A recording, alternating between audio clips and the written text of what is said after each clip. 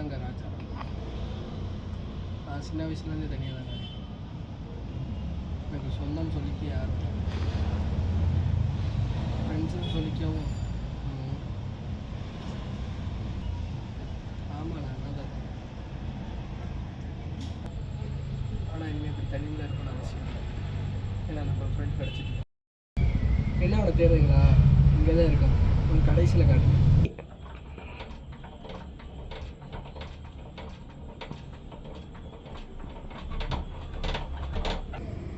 அமைதியாரு. நம்ம எதில் விட்டோம்? சின்ன வயசில் தனியாக சுற்றுறது, தனியாக பேசுகிறத பார்த்து எல்லோரும் என்னை பைத்தியம் விட்டான். எனக்கு அழுவுறோம், ஆனால் நான் அழுக மாட்டேன். ஏன்னா அழுகிறத பார்த்துட்டு பக்கத்தில் உள்ளவங்க பாவம்னு சொல்லுவாங்க. சுத்தமாக பிடிக்காது. இப்படியே நான் ஸ்கூல் படிக்கிறப்ப பசங்களால் என்னை அடித்து பப்பு ஸ்கூல் கூட ஏதாச்சும் திறப்பாங்கன்னு பார்த்தேன்.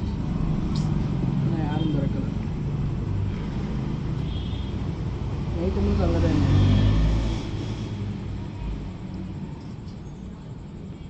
அப்போ யோசித்தேன், நமக்கு மட்டும் ஏன் இப்படிலாம் நடக்குது? நம்ம என்ன பாவம் பண்ணோம்?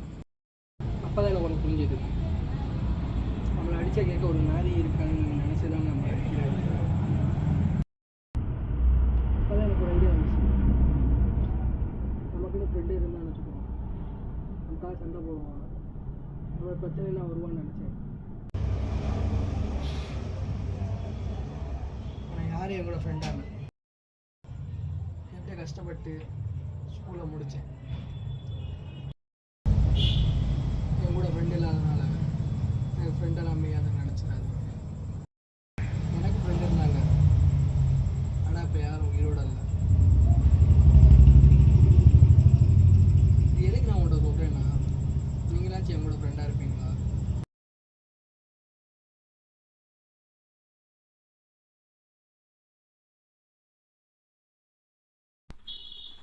காப்பாத்துங்க, பயமாக இருக்கு.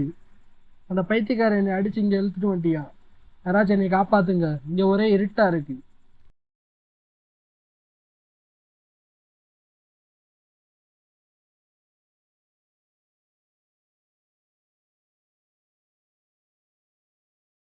அந்த பைத்தியக்காரன் என்னை அடித்து இங்கே இழுத்துட்டு